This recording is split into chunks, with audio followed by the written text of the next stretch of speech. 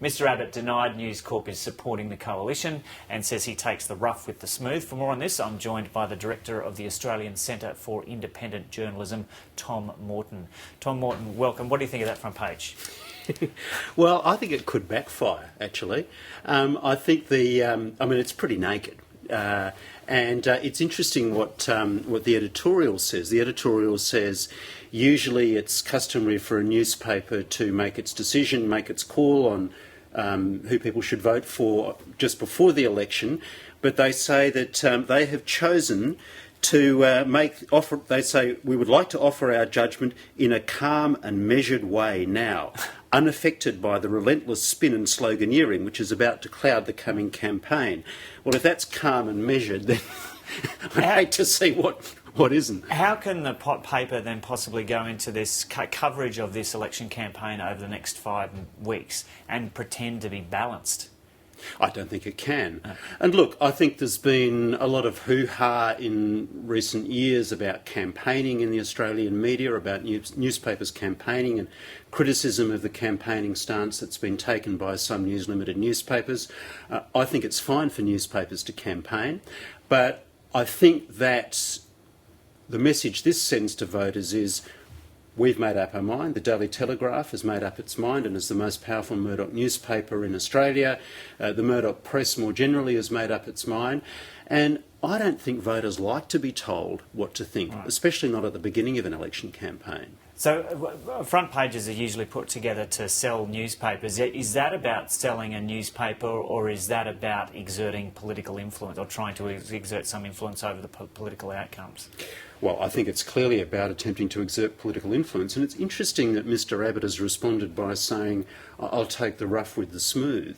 I mean, you'd think that he would be over the moon about the fact that one of Australia's largest and most influential newspapers is clearly at the beginning of the election campaign saying they should vote for him. But there seems to be a suggestion there that he's not entirely comfortable with it.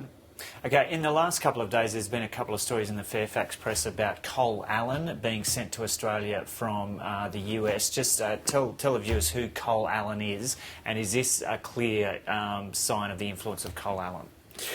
Well, look, it could be. That's just speculation. I mean, Cole Allen was previously a senior News Limited journalist and editor in Australia. He then went to the New York Post, played an important role as an editor there in shaping coverage of the Iraq War, for example. And according to Paul Sheehan's story in the Fairfax press on the weekend, he's been sent back here specifically with the mission of making sure that Tony Abbott wins the next election. And because? Well, Sheehan speculates that it's because Murdoch and the News Limited more broadly are concerned about the NBN. They see the NBN as a threat to Foxtel, and that's because the NBN potentially will enable viewers to access a lot of on-demand content. And what do you think about that theory? Well, look, I mean, it is just a theory at the moment. It may well be true, but I mean, Mr Murdoch has made it plain, and his newspapers and his organisation in Australia, News Limited, has made it plain over the last couple of years that they have expressed their support very strongly for the coalition. I don't think it adds much to that, really. Okay. So do you think this front page today and newspapers and media organisations declaring their hand bluntly and this early in the campaign is a good thing for the media in Australia and for the public in Australia? I don't think it's a good thing for either, really. I think, as I said before, I don't think the public likes to be told what to think.